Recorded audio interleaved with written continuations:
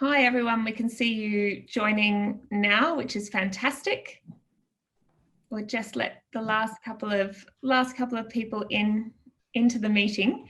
You can see I've got Patrick and Duncan and Chloe here ready and super excited about this session.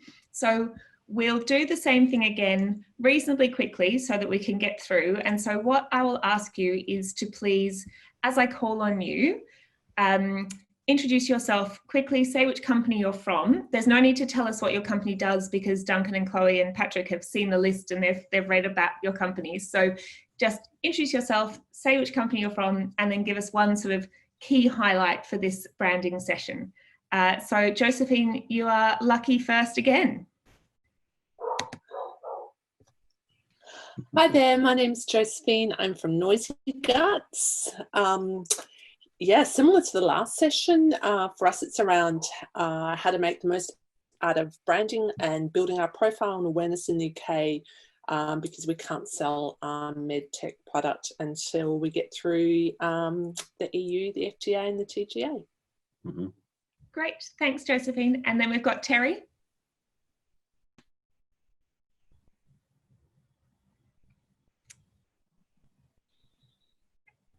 Sorry about that. Perfect. Technology is great when you know how to use it, right? Yeah, look, I guess I just want to, out of this session for branding, get a greater awareness outside of our little bubble in the UK that we're known for. We've leveraged off of one or two verticals, and I think, you know, it's important as we grow to be able to tell that story as well and to start to get a bit of understanding and hopefully open a little credibility gap to go into new verticals, because the UK, that's part of why we're expanding there. Great, thanks Terry. And then next we've got Jess.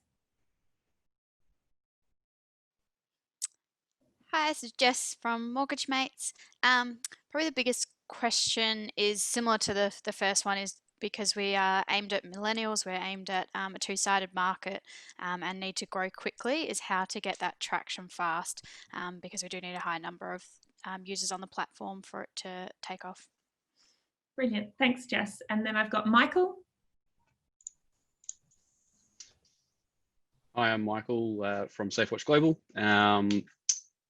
Yeah, I guess from this particular related session, I mean, branding is not something that we're acutely aware of differences in the UK. So for us, it's learning if there is any differences between Australia and the UK, but also the fact that we're internally not branding experts. And so getting our brand out there is obviously something that's very crucial.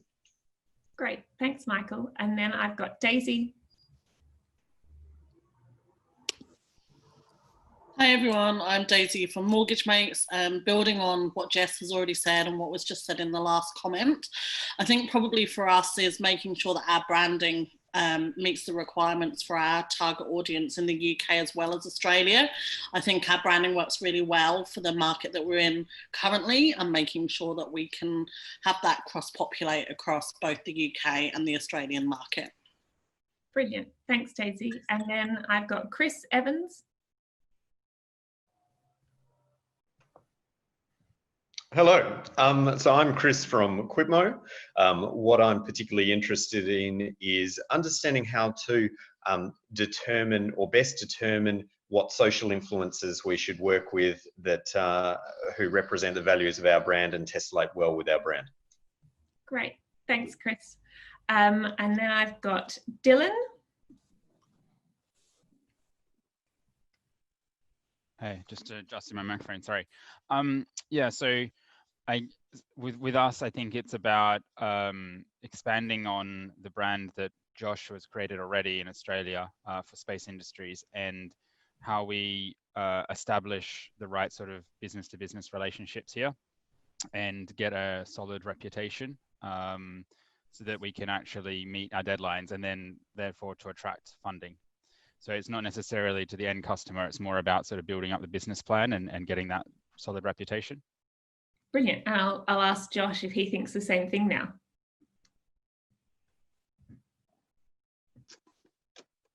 Sorry. Josh and Guest. Just fighting with the baby to change the nappy, sorry. Yeah, I think for space industries entering the UK, pretty much as Dylan covered, we're looking to replicate what we've achieved here, as well as the traction in the US, and we just want to replicate that going into the UK. Brilliant, thanks, Josh. And we've got the Revise Online team here as well.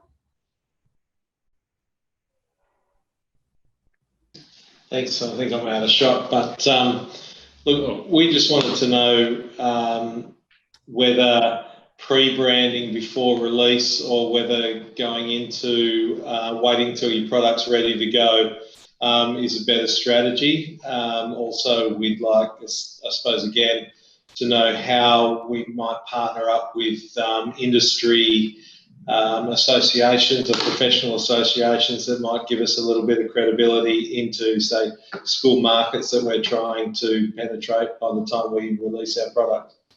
Mm-hmm. Brilliant, thanks, Tim. And then finally, we've got Tony.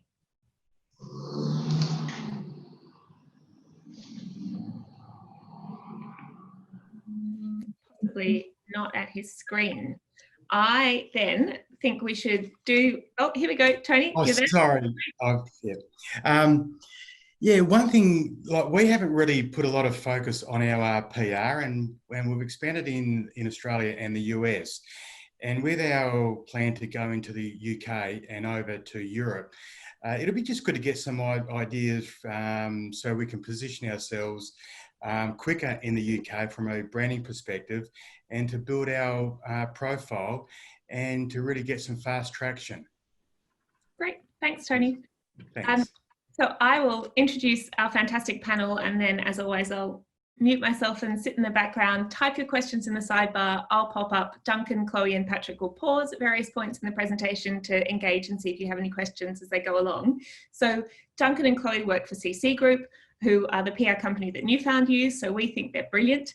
Duncan is the head of deep tech at CC Group, so they have a real focus as a PR company on the technology industry, particularly here in the UK. He's a science and technology nerd. He's worked with some of the best and best known companies here in the UK. So with ARM, who you've probably heard of, who do amazing chip manufacture, and there's quite a big controversy at the moment around their potential sale. He's also worked with IBM and HP, and he's worked with InterDigital, which is where Patrick is from. And Chloe is the deputy head of deep tech. She's also really engaged in sort of innovative tech ideas, and she's really interested in sort of fast growth companies and how you build a presence in the market. And then we have Patrick, who is from InterDigital. He's their chief communications officer. He has a background also in corporate comms, so a really brilliant person to talk to you both about crafting a campaign, and then on the client side, how it is that you kind of make sure your PR company is doing the best work for you and helping you build your brand and your impact. So Duncan, I'll throw it over to you.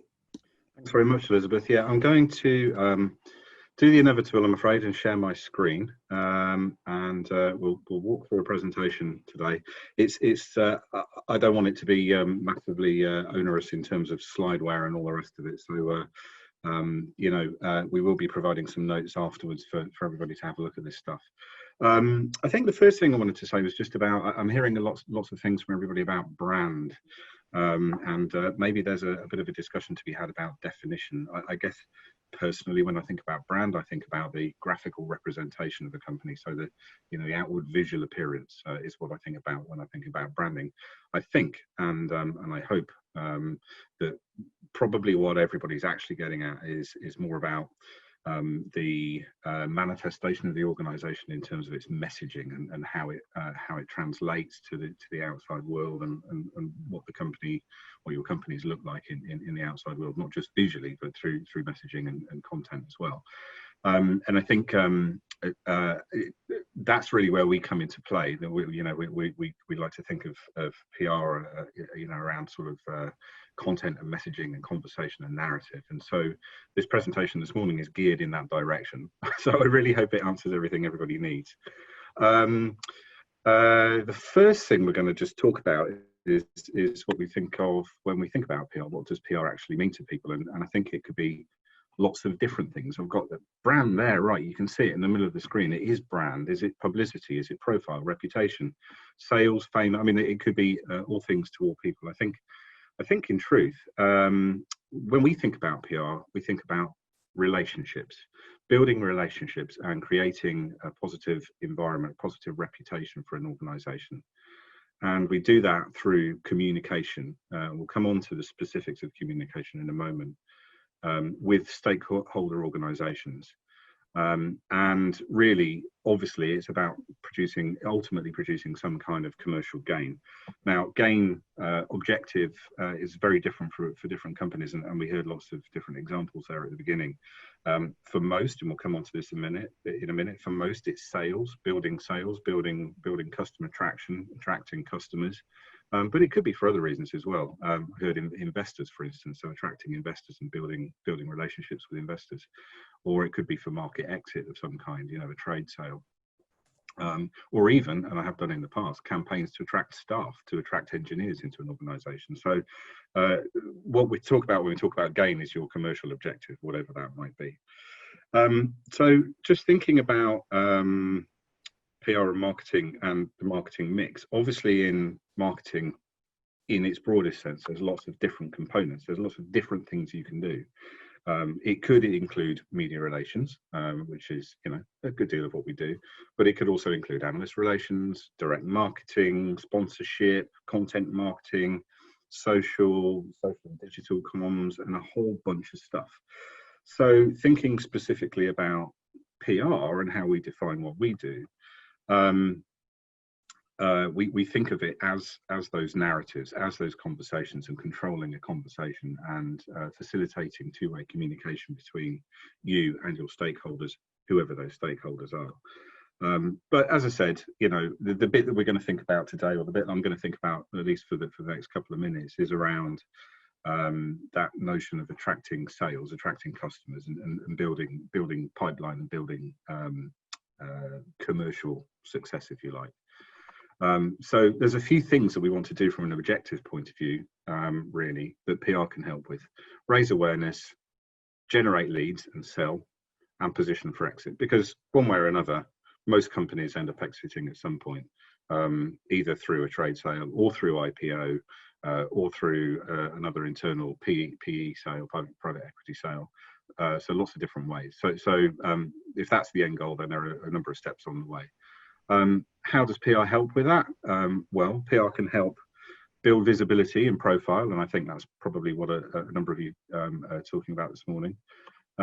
Influence buying decisions, thinking and buying decisions, influence how your customers think about you and why they feel compelled to work with you or buy your services, products and services. And positioning as a leading player in your field, that you have some intrinsic value that's better than your competition, that people have to invest in or people have to buy into, either in that trade sale or IPO or whatever it might be. So as I said, our job really is about building influential relationships, mediating two-way conversation. I know this is something Patrick's really keen on, and controlling the narrative. And that's very different from other parts of the marketing mix where you have, say, a one-time hit with advertising, and it's very much a one-way communication. You don't have any comeback from your customers or any comeback from your, from media or analysts. Similarly with direct mails, they tend to, from a marketing perspective, go out, and some of them land, majority of them don't. So our job is all about creating those relationships. And it takes. Sorry? If I could just a second. When I say two-way conversation, and a number of the companies here today are kind of at very early stages, pre-product, pre-significant market preparation. And the importance of sales, the sales role in a company has kind of a twofold importance. Obviously, drive revenue. But the sales role also facilitates a conversation between the end customer and you, so that you can make the adjustments you need to your product, to your business, so that at the end, they are completely relevant to your audience. The media and the influencers and the analysts that you meet through PR play largely the same role. They will tell you what aspects of your product or service they think are really interesting. They will tell you which ones they don't find interesting, or you can guess it by listening to them speak. And so it's a two-way conversation in the sense that you're building visibility, but you're also mining for information that you can work back into your business and your product development plan. Yeah, absolutely. Thank you, Patrick. Yeah. And I think just to wrap up, again, Patrick and I talked about this over the last couple of days. One of the key things to remember here is patience. It takes a long time to establish these relationships. And in conversations with media and analysts and your customers, as Patrick's saying, you're layering different experiences and different conversations over a period of time. Sometimes that can happen very, very quickly, months. Sometimes it takes years and years and years and years and years. And sometimes, as Patrick said, you need to make a course correction somewhere amongst that timeline, and change how you're positioning, change how you're having those conversations with people. So it's not a one-time quick job done, we're in. It's a cumulative effect of having those conversations. It's a cumulative effect, and it's also a process that will have its highs and its lows. And the analogy I use is like it's athletic training. You've got a goal in mind. You're building towards that goal. You're training every day, but there are some days that are very bad, and you don't do well, and you're not training well. There are other days that are unexpectedly fantastic, and PR is very similar. There are days when you're very depressed and disappointed because something you thought would work did not work. There are other days when something you did almost kind of as a second thought turns into a tremendous value generator, and you have to sit down and ask yourself how that works. And obviously, it's because there's a lot of external factors, but there's a mindset to the idea that okay, we're doing this for a long period of time, and when I get into my slides, I'll show kind of how you build an engine that can smooth out the bumps, if you will. Yeah, experience counts for a lot as well. Try to get it right most of the time, not some of the time. I just want to talk about influence for a moment. We talk about influential relationships. How do you influence people? At CT Group, we do quite a lot of our own research actually into end customer buying audiences.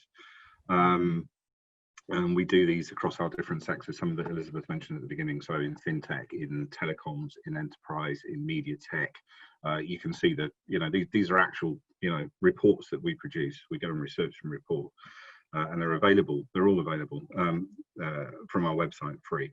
That's not a sales pitch. What's important in this is that in these research pieces that we do, we ask these end customers about how they are influenced on their buying journey. And we ask them about those things in different aspects. So there's when people are looking to, and everybody does this, even in a consumer environment, when you go to a supermarket, or when you decide to buy a new car or a new food processor, there's a long listing process. So you make a list of the companies that you think you might want to buy from. You're not sure. There's a short listing process where you narrow that down, and there's ultimately some things that make you buy, trigger that buying decision. And so in the research we do, we basically look at the same areas. So a couple of just sample graphs here. The first one is about sources of information. So how do you build a long list? Where do you go? And as you can see on this slide, there's top of the, if you can see it, top of the list is brand awareness, okay. But then things that we can influence through PR are things like analysts and trade media, and a little bit further down, internet search. So this is a long listing, and then short listing, telecoms one. This is about the kinds of messages that people want to receive in telecoms, the buying customers in telecoms. And here we have things like understanding of our challenges, being able to differentiate, and demonstrable experience, things like that. So this is a short way of saying, when you're thinking about entering a market, you really need to understand from the get-go how your customers behave and what's going to influence their decisions to engage with you. And actually, we build that into a lot of the campaigns that we do. So this research is interesting, but it's also practical and valuable to us for the campaigns that we run for our clients. At that point, a mere 1 minute over my timeline, I'm just going to stop and pause and see if anybody has any questions, anything they want to talk about up until this point.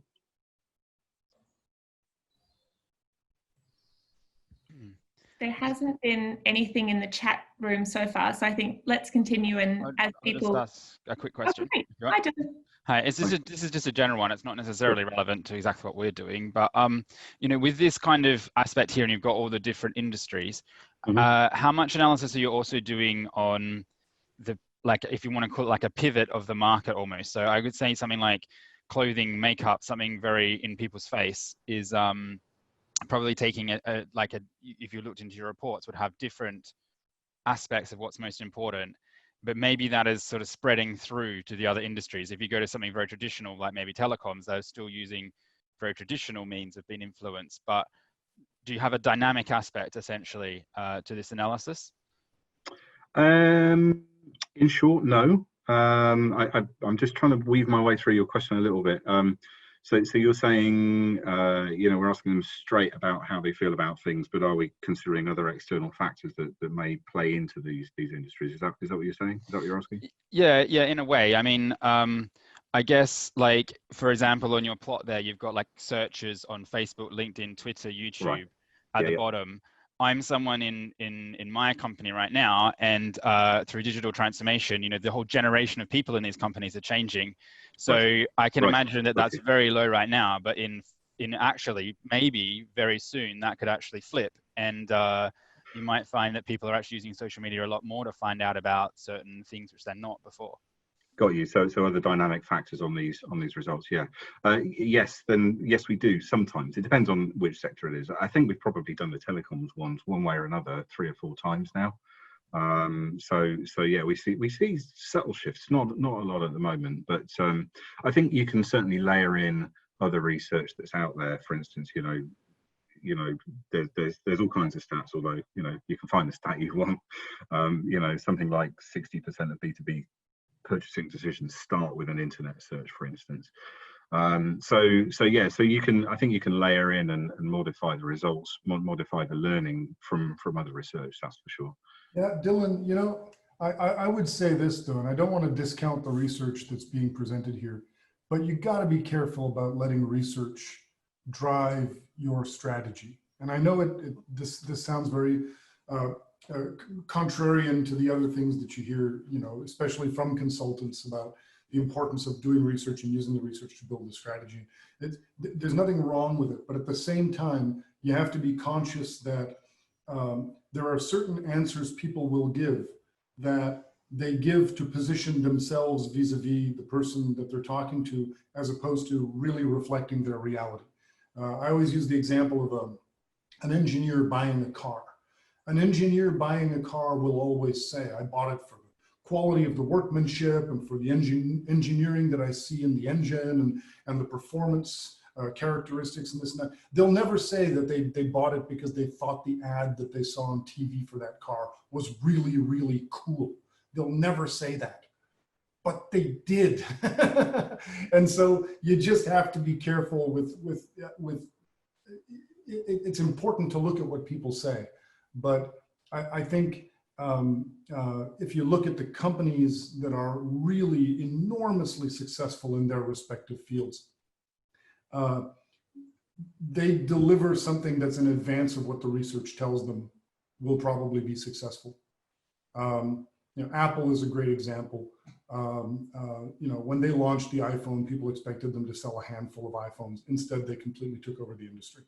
You know, Tesla is a great example. You know, people expected it to be a kind of a niche player selling a few cars. It is now the most valuable car company in the world. And they don't wait for the market research to tell them to do something. They just go ahead and do it, and they let the market conform to them. Yeah, that's true. That's true to an extent. But at the same time, I think anyone entering the market needs to know where they're going and what they're going to do and what it looks like and what shape it is and all of that kind of stuff. You'd be nuts not to. So yeah, I think maybe the lesson is balance, right? You don't bet the farm on the detail of the research, but certainly use it to guide your thinking. One thing is certain: the bottom right there, reputation being the key driver. That is absolutely correct. Yeah. Whether it's reputation of the founders, reputation of the company, reputation of the product, reputation is everything. Yeah. At which point, any more questions before we move on? No? All good? Good, okay. We want to talk a little bit about some actual work briefly. So here we are with InterDigital with Patrick. A couple of years ago, InterDigital was trying to break into a new market segment, which was IoT, Internet of Things. Internet of Things can be applied to lots of different areas, but in particular, the one that InterDigital was interested in was smart cities.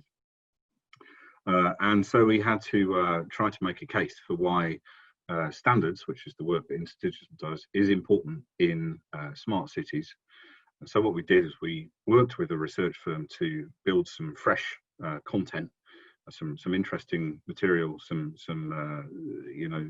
content that highlighted the cost of fragmentation. In other words, the solution to fragmentation is companies like InterDigital and those that build IoT standards, and then get that into the market. So this was a campaign that we built together with the analyst research firm. This is an industry analyst called Machina Research, now part of Gartner actually. Developed these stats and this white paper, and then we were able to promote that through media relations with journalists in the US and Europe, and through other channels, which is what Patrick's going to talk about in a minute, to build a profile and to build a reputation for InterDigital in the Internet of Things industries, in smart cities in particular, and generate sales leads. And how you define sales leads is Patrick will talk about in a minute. But basically, putting some content out there that talks about the hopes, fears, and aspirations of an industry and how it's functioning and how it's performing, and making yourself the centre of that conversation, paid great dividends in terms of positioning for InterDigital in this space. Patrick, do you want to take it from here? Your slides are a couple of slides next. Tell me when you want to move on. Yeah, I'll just the key to this campaign is we're developing a property that puts data out in the marketplace, that gives an opportunity for the kind of people we're trying to reach.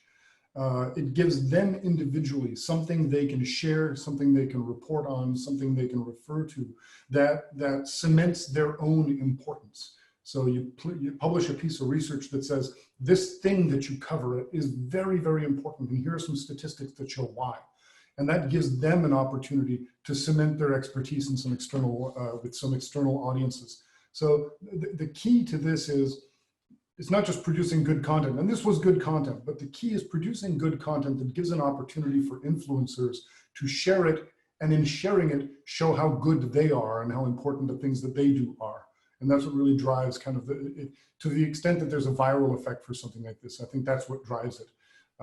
There's a theory in communications called face theory, and the idea is that every communication moment is either a threat to negative face or an opportunity to enhance positive face. And in plain English, that means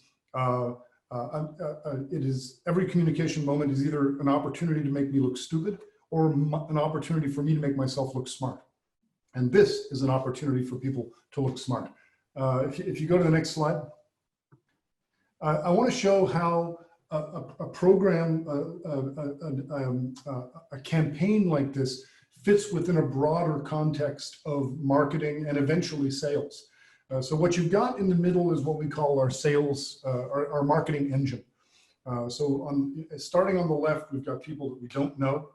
And the goal is to find them through search marketing, through content marketing, to educate them through free properties that we produce, and then to get them to a registration point where they're willing to exchange their information and join our database in exchange for something important. And the white paper that we produced on the previous page is an example of that. It's a high quality piece of content, and all I'm going to ask from you is your name, your company, your title, and your email address. And then once they're in the Salesforce, I can then nurture them. I can send them additional content. I can cookie them and see what they go to on my website to try to get an idea of their interests. I can score them using an automation engine we use called Pardot. And eventually I end up with a database that has a lot of interesting people in it, and I'm qualifying them. So if you look at the bottom, the process is they go from an unknown to anonymous to a lead sitting in my database to what we call a marketing qualified lead, somebody that we've built a relationship with. We've sent them some information. We've seen that they've accessed it. They've come to our website. They've accessed additional information themselves, and they're from a company that represents a target for us.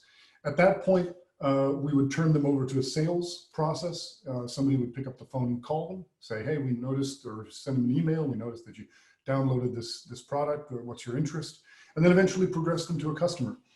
So that's how the big funnel looks. And if you look at the top, what we've done is we've layered our communications engine on top of this marketing engine.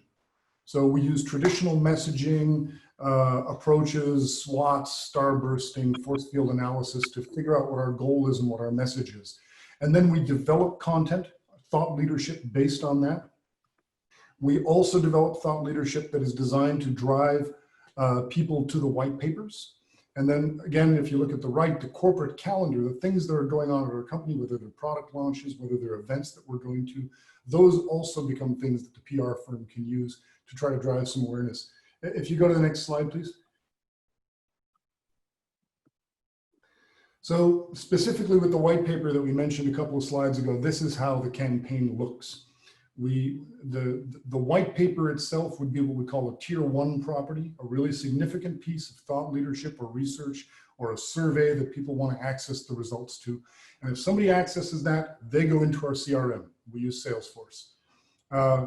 Underneath that, we build a couple of tier 2 properties, typically webinars that are designed like this, that are designed to anchor into the white paper, discuss topics, and feed people up to the white paper, but also those are gated properties themselves, and the people who access those webinars go into the CRM.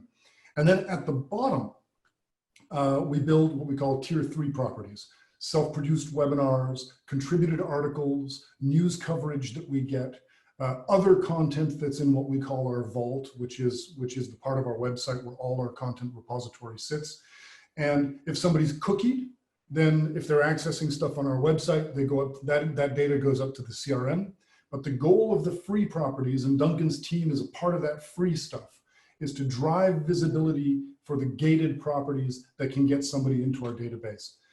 So we do a campaign like this about 10 times a year. And we've been doing this for 6 years now. And our database currently is at about 65,000 names. It's the 3rd largest database in wireless. So we're very proud of what we've done, but when I said it's like athletic training, I really meant it. You don't do a campaign like this, fly the flag and say, boy, that was successful. You really have to commit to doing a lot of them. And some of them are very successful. This one was. Some are much less successful, and you sit down with your team, you ask yourself why you weren't successful. And some are wildly successful. But the important thing is to have a commitment to using a strategy like this on a long-term basis. Thank you. Cool. Just a couple more slides, and actually one more slide, and then we're going to stop. There's just another quick case study. This was with a firm called Perio, a legal tech firm, and similar kind of process. But instead of working with an external analyst as we did with InterDigital here, we worked with the company's own data. What they're all about is managing spend on legal firms for legal teams in technology companies. So, you know, you might be employing a legal firm to help you with your exit, for instance, and a lot of cash goes missing and things go missing. So Aperio help that process. So they wanted to generate leads and generate interest in what they do. But it turns out that in the UK, there isn't actually a huge number of media, actually, you know, as in publications for legal technology in the legal sector. So everything we did here was a content marketing campaign. So we worked to develop their own report based on their own data, and then we went through a number of different content marketing techniques to get that out into the market. And as you can see, ultimately it was very successful for them. So for the, you know, relatively small project spend with us, they were able to achieve a pipeline value for potential customers of about, you know, £340,000. So this is just another example of where content marketing and PR can help with content marketing and developing that material and getting that out in the market to take a position. We're going to stop there, and we do have some sort of preset questions. We can run through these first, or we can answer any questions that anybody has up until this point. Elizabeth, what would you how do you want to do it? I think let's start maybe with the kind of measuring impact and value, because I'm sure that's something that companies are really interested in. And as we talk about measuring impact and value, then perhaps, guys, if you've got questions, you can start to put them in the chat box, and we'll turn the screen sharing off so that we're back up in full video mode. Okay. Yeah, you know, Duncan, if you go back 3 slides, back to the engine slide. This engine is designed for measurement. So if you go back another couple, yeah, just the one before the. This one? There we go. Thank you. It's just a little bit slow loading. So the goal of this engine is that it allows me to measure each property very precisely. The next one, please. Yeah, there we go. So the goal of this engine is that it allows me to measure each property very precisely in relation to other properties. I think we're having lag issues on the slides, right? Which one do you want? There are 2. There's your pyramid thing. The one with the marketing automation engine. Right. Okay. It may take a while for you to load, but that's what's on my screen at the moment. So, okay. So I apologize for that. So by measuring each campaign that we do on a cost per lead basis, and measuring each paid property we do on a cost per lead basis, and then eventually measuring them on a cost per marketing qualified lead or a cost per sales qualified lead basis, you're able to see which types of properties are being successful for you, which ones are not. All of these properties are done with vendors, so that allows you to see which vendor is successful for you and which one is not. So that's one aspect of measurement of the program. The other aspect of measurement of the program is we're a publicly traded company. So if it doesn't turn into shareholder value, for us, it doesn't exist. So for us, what I do is I've got a relatively complicated way of looking at value because valuing PR it's the holy grail of corporate communications, and it's just as elusive as the Holy Grail.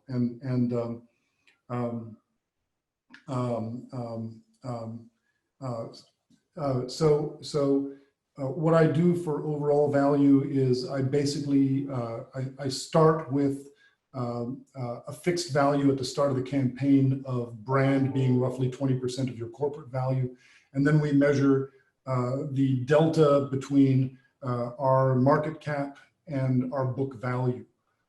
And the changing ratio of market cap to book value tells us if we're building what an accountant would call intangible value. And the higher the intangible value gets, the higher the 20% of our company that's attributable to brand becomes. So that's how I measure the impact on our corporate brand.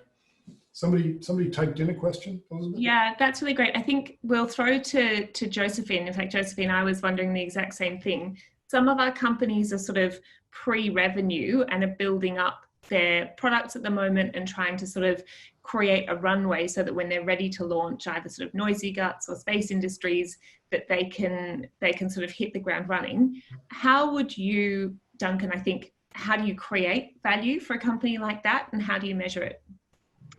Good question. I think for me, and maybe I'm locked in my own little world, but for me, it comes back to those conversations, and whether you're having conversations with people that matter, whether you're having conversations with people that are eventually going to move your market or have some kind of influence on your market.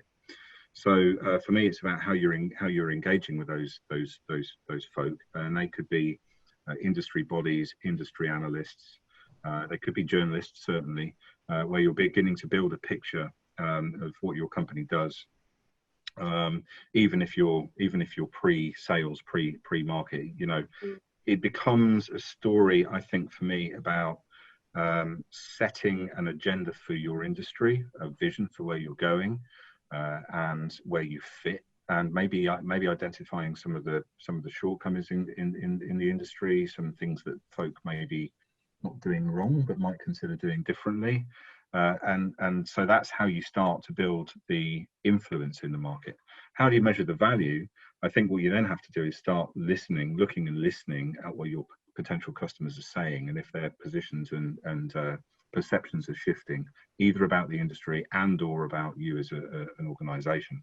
And you can do that through things like social listening. You can do that through things like potentially, customer surveys. You can do that through market research with analyst firms. So the two blocks for me are influence with the people that will, it's conversation and relationships with people that will influence decisions ultimately, and beginning to start listening to how your customers are behaving, potential customers are behaving now, and track that over a time period and see how it changes. And I think that this illustrates, I think, why Duncan and I work together so well. Duncan is very much a relationship and qualitative value person.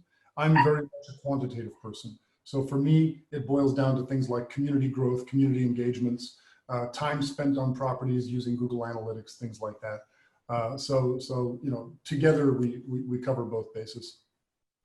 And one of the things, Josephine, that's in the longer slide deck that you'll find in TAME and that I'll send around to you all tonight is talking about the UK media landscape, which is much more specific and much more specialised than the media landscape in Australia and probably than almost any other media landscape in the world. So there will be specific medical journalists who will have medical training or scientific training who really know their stuff, and getting in touch with them early and building a relationship with them is a great way for you to start to build up that market awareness. They might mention it when they're in another meeting.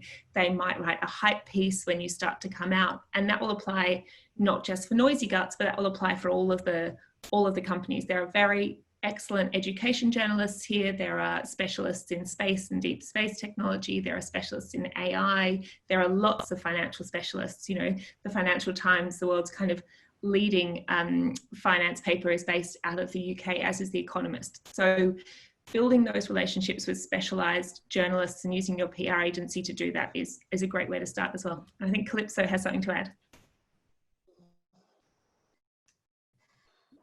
One of the things I've noticed about this, kind of cross-section of companies, from Western Australia, is that you all have really unique narrative and quite strong stories. And for those companies that aren't actually ready to go to market yet, actually building that story, engaging people on your journey from the very beginning is a very strong way to be able to build up a following. You never want to have a cold start.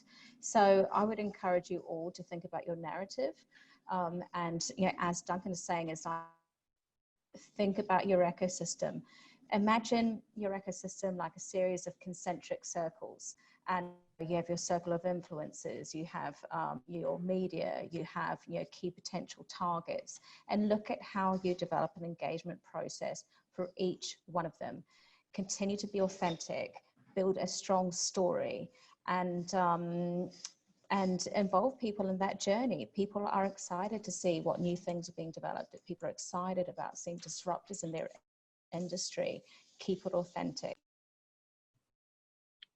Yeah, absolutely.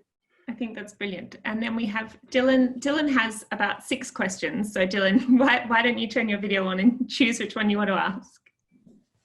There's only 2 there, but I'm brewing on a 3rd one. But this is just a general one. So like, I suppose some people said they hadn't had that much experience with PR, and it's going to be an outlay that you have to charge essentially, because most of us aren't PR experts.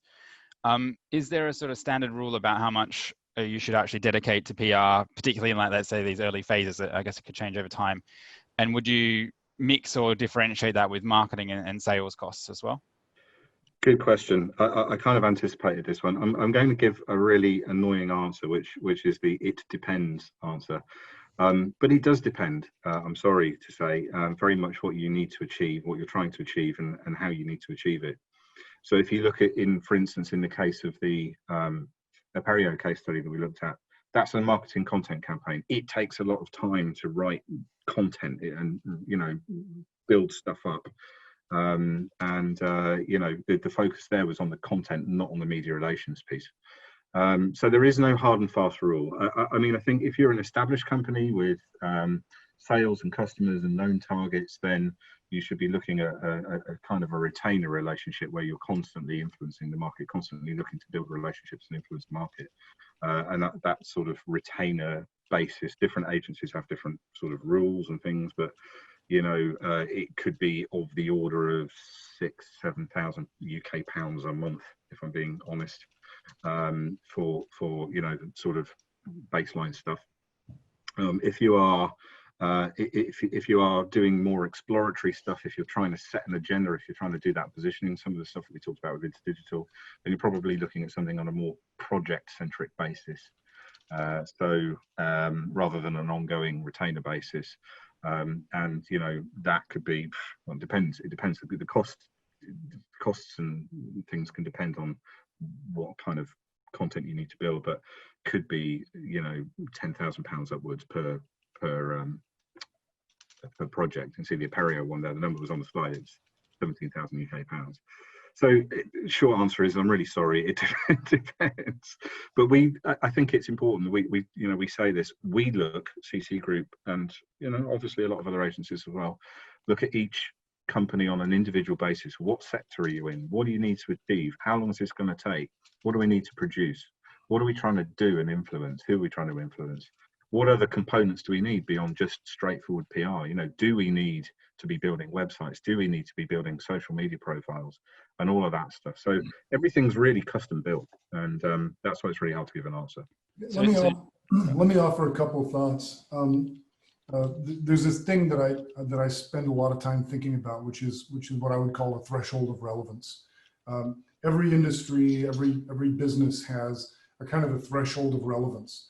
A lot of people will think, well, I can't afford £8,000 in PR services because that's what it would take in my industry, so I'll spend half.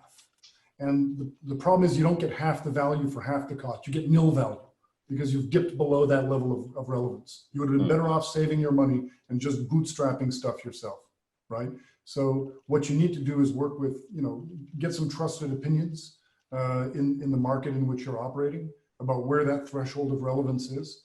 You know, talk to somebody like Duncan or somebody like me. And if you feel like that threshold of relevance is just too high, I would say redeploy towards something else. Because if you dip below that threshold of relevance, you don't get a fraction of the value. You get no value. It's like going to a trade show, and you know, well, I can't afford a larger booth. I'm going to take a little booth in the corner, but at least I'll be there. You'll be there, but no one will see you. You would have been better off saving your money. You know, so I think it's important to think about threshold of relevance. And you know, the other thing is, a lot of the stuff that you're going to, I always say that with PR firms, it's a bit like buying a sports car. You want to make sure that you still have enough money to put gas in the tank, because if you don't have any money left to put gas in the tank, maybe you bought a Lamborghini, but it's not going to go very fast.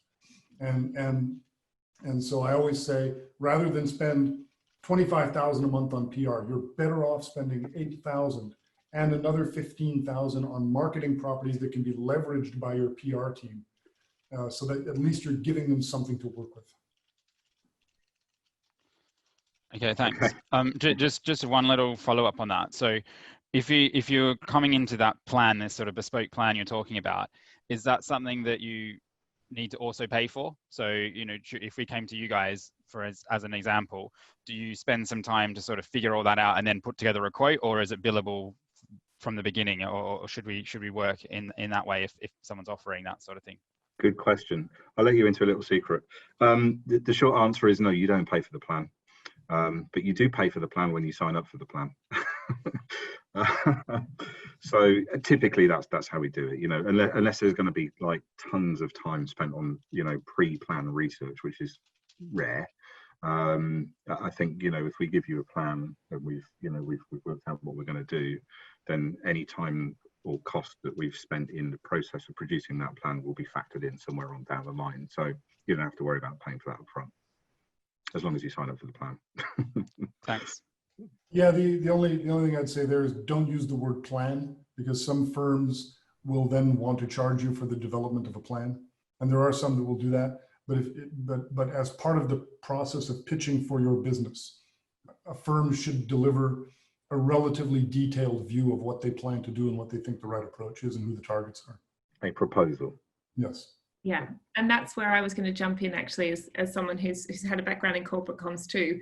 The real key for you guys as companies is to get your pitch right. So you need to make sure that when you're asking companies to pitch for that business, that you are being really specific about what you want as your goals, where you think you need to go. That will develop in conversation with the companies as they come through, and it will develop in conversation once you've hired your company. But it's not very useful to just sort of go out to market and say, oh, we want a PR company, come and talk to us, because people won't give you what it is you need and they won't understand where you're coming from. So I always think the most successful sort of beginnings to a relationship, the most successful proposals are based on really clear pitch documents from the company themselves. Duncan and Chloe, I'm sure you've seen some shockers in your time, but also great ones. Yeah, we've actually got, so I think somewhere in the notes when I make them available, there's a slide on how to find a PR, how to select a PR agency. And actually, if you go and do some searches, and I think I can probably share an article as well, which another one of our directors wrote. There's plenty of articles and papers and things on how to find a PR agency, and all of those things apply. Yeah, there's lots of detail that needs to be in the brief to us so that we can give you the right proposal back. Okay, shall we? I think maybe Charlotta, although we've been told not to call it a plan, but I think Charlotta, your question is really relevant. How do the companies start to develop that themselves, and where does PR fit in an overall comms plan, or is it all PR?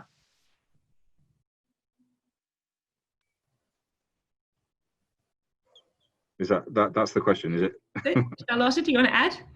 Yeah, that's a question. So it's basically, do you think that companies should develop a kind of full covering communications plan, which is saying that this is how much they should spend on PR, paid advertising, exhibition booth, whatever it is, and how big is, which is a big question, I guess. But No, sensible question. I think the short answer to that is yes. But a full communications plan doesn't need to be incredibly detailed. It needs to identify the main constituents, the main properties that's going to include, and it could be huge. But then I think you need to work with specialists in different areas to find out the details of those specific areas. But I certainly I'm a holist, if there is such a thing. It's good, I think, for marketing to have a holistic view of what's going on. The stuff that Patrick talked about earlier on in particular is about how all of those constituents work together. So you have PR working with content engines, working with external properties, working with CRM databases and all the rest of it. So I think you have to look at it holistically and understand what the component parts are going to be. Yeah, the reason I run my engine the way I do is because, especially when you start to build a larger community, what you start to find is that about 75% of the result that you can expect to get from a marketing interaction is kind of baked into the process. And whether you're successful at PR, that's the difference between 75% success and 100%, or 125%, or 150%. Short answer is yes. Probably it is hand in hand with your budgeting process. You're sitting down, you're saying, okay, what have I got to spend? And PR can't be all of it, because you're going to have to do some things to feed the PR machine. So, how much can you spend, or what makes sense to spend? What proportion of that should be PR? What things are you going to do with the rest of the money to feed your PR machine? And having done all of that, you then look at the results and say to yourself, okay, does my PR spend now dip below that threshold of relevance that I was talking about? Or does this trade show, do the available funds dip below that threshold of relevance? And if they do, you strike them from your budget and you put that money somewhere else where you're above the threshold of relevance. Great, thank you. Could I just have a very quick question as well about PR specifically? Just thinking about, millennials, and if you want to reach that segment. And we spoke about The Economist as a media. I'm thinking about social media, and you think TikTok, Instagram, Facebook. Is this where you should reach the younger generation? Yeah. Well, there's lots of theory about that. Are you doing sales direct to consumer? Is that who you're? I actually work for the WA government, Western Australian government. Right. Okay. Cool. Curiosity. Yeah. Actually, Chloe and I are hopefully kicking off a project next week, which is for I can't share the details too widely, but basically a TV service that's targeting black women between the ages of 18 and 30. And the only way that we can reasonably reach them is through, sensibly reach them, is through digital influence, social media influencers.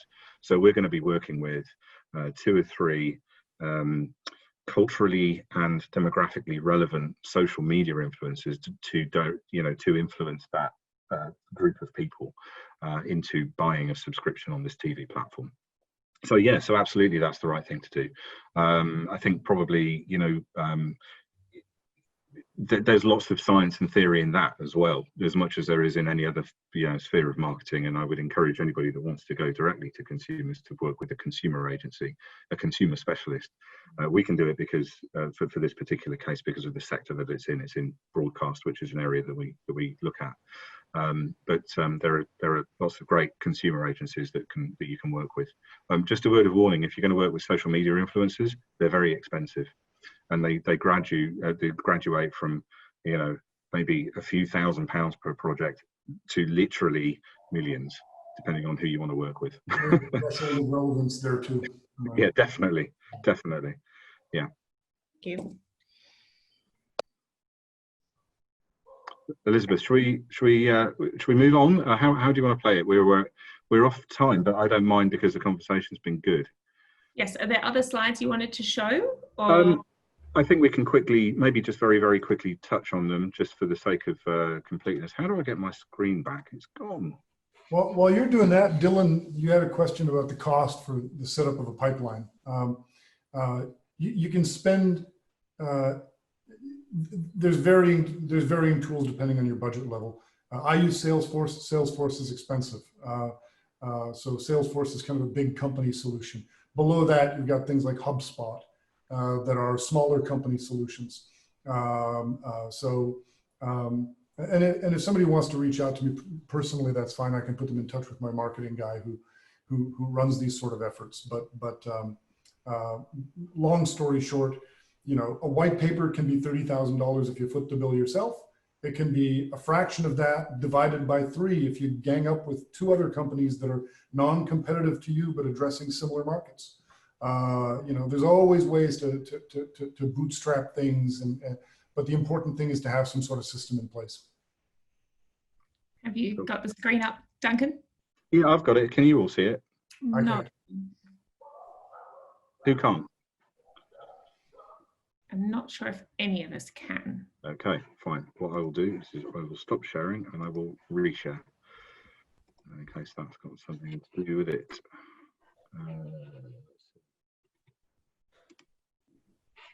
Oh. Everybody got that? Has everybody got that now? Yep. So look, we can talk about this all day. This is a bit more kind of PR, direct media relations theory, but we're not, let's move on quickly. I think just very quick snapshot of the UK media landscape. Elizabeth touched on it earlier on. It's really important to, amongst all the other detail, which we won't necessarily bother with, a couple of key points. Newspapers. There's 11 national daily newspapers in the UK, which is more than France and Germany and the US. So we have a rich media landscape. Not all of it's good, but there's certainly a lot of it. In the publishing, in the kind of magazine and periodicals publishing space, there's actually about 13,500 magazines in the UK. And of those, about 40%, so about 5,500 are B2B. So when Elizabeth mentioned the specialism earlier on, she wasn't wrong. They're, within this 5,500 B2B publications, they cover about 50 different sectors-ish, depending how you cut it. So the journalists that work in that space, in those spaces, in those sectors, are incredibly specialist. They really know their stuff. They've probably been around for a very long time. They know the detail. They understand technology that they're working with. Sometimes they know your industry is better than you do, which is quite a scary place to be sometimes. So when you're thinking about engaging with media, you really need to think about your stuff and make sure you really know what you're talking about. And that can come down to things like making sure you understand why you're going into a market, what your vision is for the market, the detail of the people that you're targeting. So what is the demographic of those people? What do they look like? What are they influenced by? What do they read? What fears and hopes do they have for their industries? And also really important stuff like the local regulatory environment, the local laws and all the rest of it. So particularly in healthcare and probably education, anything that's a government related industry, there's going to be a lot of regulation and law about how those sectors work. So you need to know that detail too, because the journalists will. And then we just wanted to talk about relationships, because we've touched on it a lot of times today. Patrick and I with different views of what's important. Patrick said I'm into relationships. I am. I think relationships take a long time to build up, and you have to understand a lot about the journalists that you're working with in the media space, at least. If you're thinking about PR as media relations. As I said, those guys that have been around a long time, you want to be friends with them for a long time, because eventually they go off and work for national newspapers and become analysts and things like that, and they have even more influence. So it's worth investing in those long-term relationships. And then there's some other categories, Patrick. Actually, Patrick, you talk about this better than I do. This is your car dealer analogy, right? Yeah. I mean, I put relationships in perspective. I believe they're important. At the same time, so many people end up leaving the media that all the time you've invested in building that relationship, it's now gone. It might be going to a competitor. So I do believe that relationships are important. One of the reasons that I work with Duncan and his team is I'm not good at building relationships, and they very much are. So we complement each other very well. I think it's more about having a process that is designed to build new relationships on an ongoing basis. And the analogy I use is, it's like getting a job at a car dealership. You get that job, and the first thing you do is you call all the people your friends, your family, and you ask them if they need cars. And then you run out of friends and you run out of family, and you start, at that point you really need to have your game together, building new relationships. And so for me, the kind of people that your PR effort is designed to target is people with whom you're building relationships, people where you build temporary relationships that result in a story. They might result in a lasting relationship, or they might not.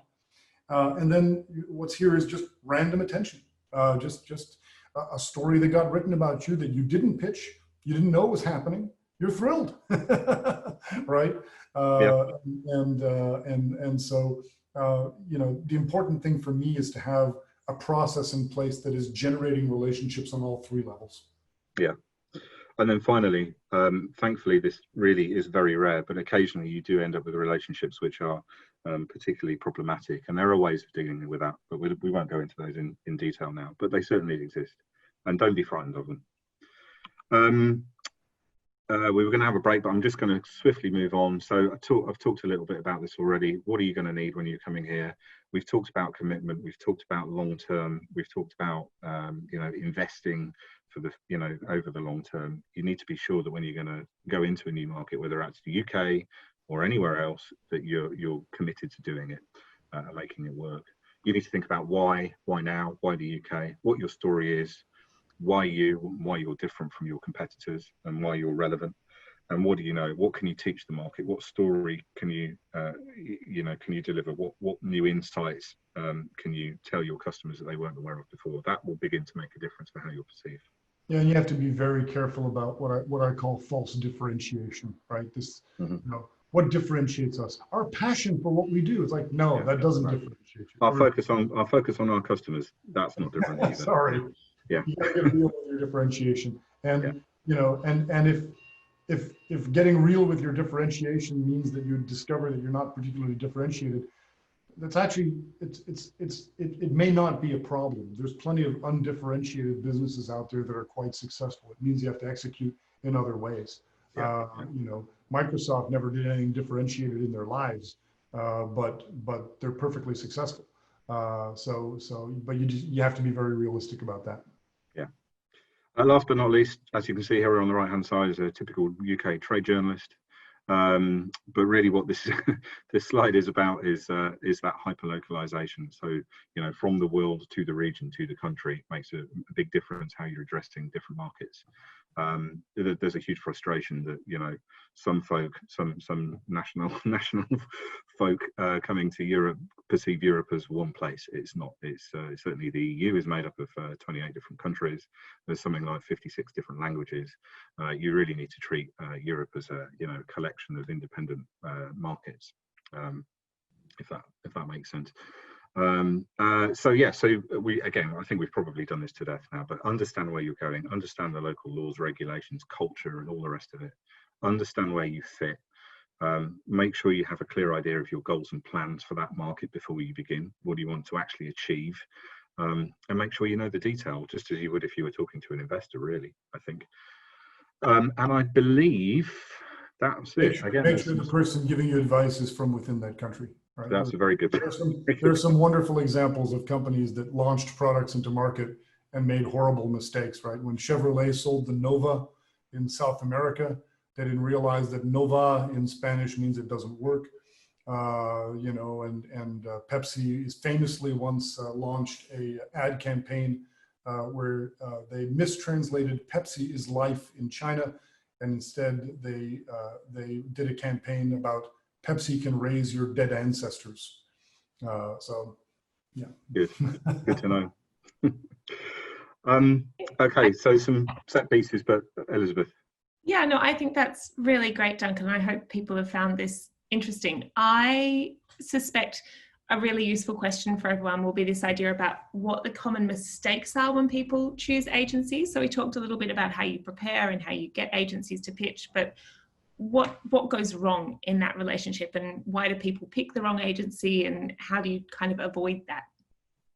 Well, I have some views, and I'm sure Patrick does too. Patrick, do you want to go first on this one? Sure. Well, a good agency doesn't look like a very large global agency, because that's, you know, that may be true for enormous brands like Coca-Cola and IBM, but it's definitely not true when it comes to more specialized services in specialized markets. So a good agency is typically a smaller or mid-size agency that has a specialization in a field. What goes wrong? I have a very, very clear view about this. One of the challenges is that everybody is a consumer of communication and messages. So people make the mistake of thinking that they're experts in it. I'm Canadian, so I use moose hunting analogies. I always say it's the difference between being a moose hunter and being a moose, right? The moose knows a few things about moose hunting, but you're better off being a moose hunter. And as a result of that lack of knowledge, what often happens is the customer begins to push the agency in a direction that the agency knows they should not go. The agency, because they're concerned with behaving nicely towards their customer, towards their client, will not adequately push back.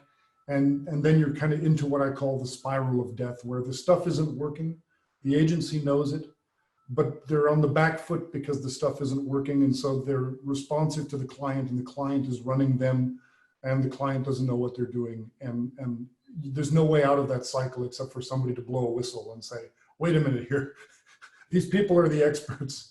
Have them tell you what you need to do, and not the other way around. Yeah.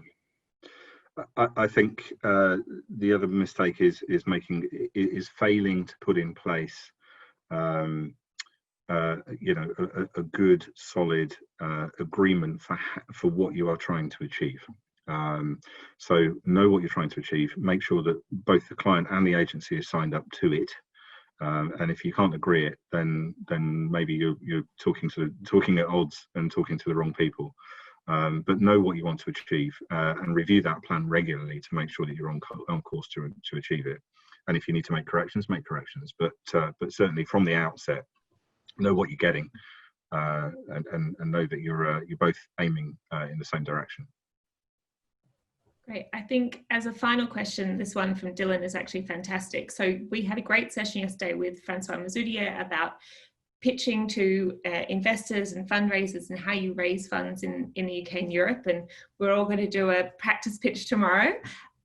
So really interested in your thoughts then on how you sort of talk to investors and what that PR strategy should be, and how it's different potentially from partners or media or direct consumers and customers. I took those slides out of this deck.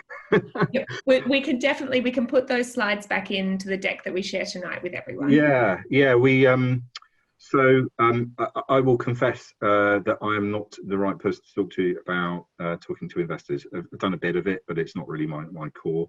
Patrick actually runs investor relations, so that's interesting.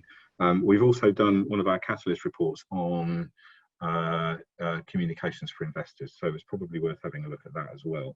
I think it's really about vision and value and reputation, as Patrick said. I think, but I will let Patrick elaborate from an investor relations perspective. I think a few things. So it's a very good question, and it is a little different than dealing with other folks.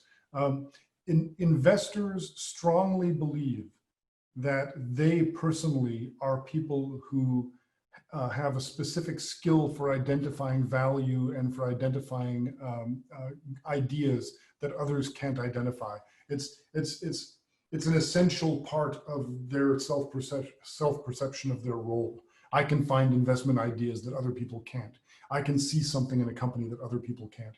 So it's important with investors, I think, to be very clear about what you're doing, to have very clear differentiators that are it's more about reality than it is about messaging. To have very clear differentiators or a very clear plan of execution if your business is not one that's based on differentiation. And clear metrics that you want to hit. You do as much explaining about the value of the market as you do about the value of your company. You know, a successful company in an unsuccessful market is irrelevant for an investor. But a moderately successful company in a fantastic market can be very, very exciting for an investor. So you communicate as much about the market as you do about yourself. And what I always say is, don't over communicate in the sense of don't do the investor's thinking for them. What you want to do is lay out the pieces of an investment story that makes sense, but have the investor assemble them themselves. Because if they assemble those pieces themselves, they will actually believe the message because they came up with it themselves. So you communicate about the market, you communicate about your differentiators, you communicate about the processes for developing your product. You come across as people who are very serious and very diligent about what you're doing. Excitement is great, but especially venture capital investors are very careful with excitement. They're often the founding CEO is the first person they get rid of once they take over a company. And they make that person CEO emeritus, and they bring in somebody who actually knows how to run a business. So if you want to stay in your role with a VC investor, you err on the side of diligence and process-driven and cautious, as opposed to, I think my business is the greatest thing since sliced bread. So hopefully that helps a little bit. But I really do believe the importance of don't tie the whole package together into this is why this is a great company. Let the investor do that themselves, and they'll actually believe the result much more fully. Great. And we've got Calypso for some final comments as well. Yeah, I think if you're thinking about your pitches as well, it's always more powerful when you're presenting what other people say about your company and about your brand. So rather than kind of actually promoting, oh, this is what I think, you know, if you have references to kind of local reputable media who are saying great things about your company, who are interested and excited, then make sure that you share that stuff, even though it's not, you know, from, you know, the UK market. Use those references, because other people talking about us is always better than us talking about ourselves. Yeah. Brilliant. Well, I think that wraps us up. I hope you've all enjoyed this morning and found it, I'll turn Duncan's screen sharing off, and found it useful and engaging. I'm sure Duncan and Patrick and Chloe, who's been sitting there patiently, quietly, will always be happy to take questions. I will send through tonight the sort of expanded, bigger slide deck with all of the additional information, plus a couple of links to the things that Duncan and Patrick have mentioned, along with the information from this morning's session. So that will all be in your inboxes for 9 a.m. WA time tomorrow morning again, and you'll get the Zoom links for tomorrow overnight as well. If any of you have any last minute questions about the pitch session or how it should work, do reach out and get in touch. It should hopefully be a little bit clearer. We've sent through the running order. You've got 8 minutes each, so it's sort of 3 minutes of pitching and 5 minutes of feedback, but as we talked about, if it's not a standard pitch, you can feel free to use that 8 minutes more as a sort of Q&A time to really engage. So we're really looking forward to it. I think it's been another great set of sessions this morning. I hope you found it useful and helped you to build your profile and build what you're doing. Pleasure. Thanks for having us. Thank you. Thanks, everyone. We'll see you Bye-bye. tomorrow.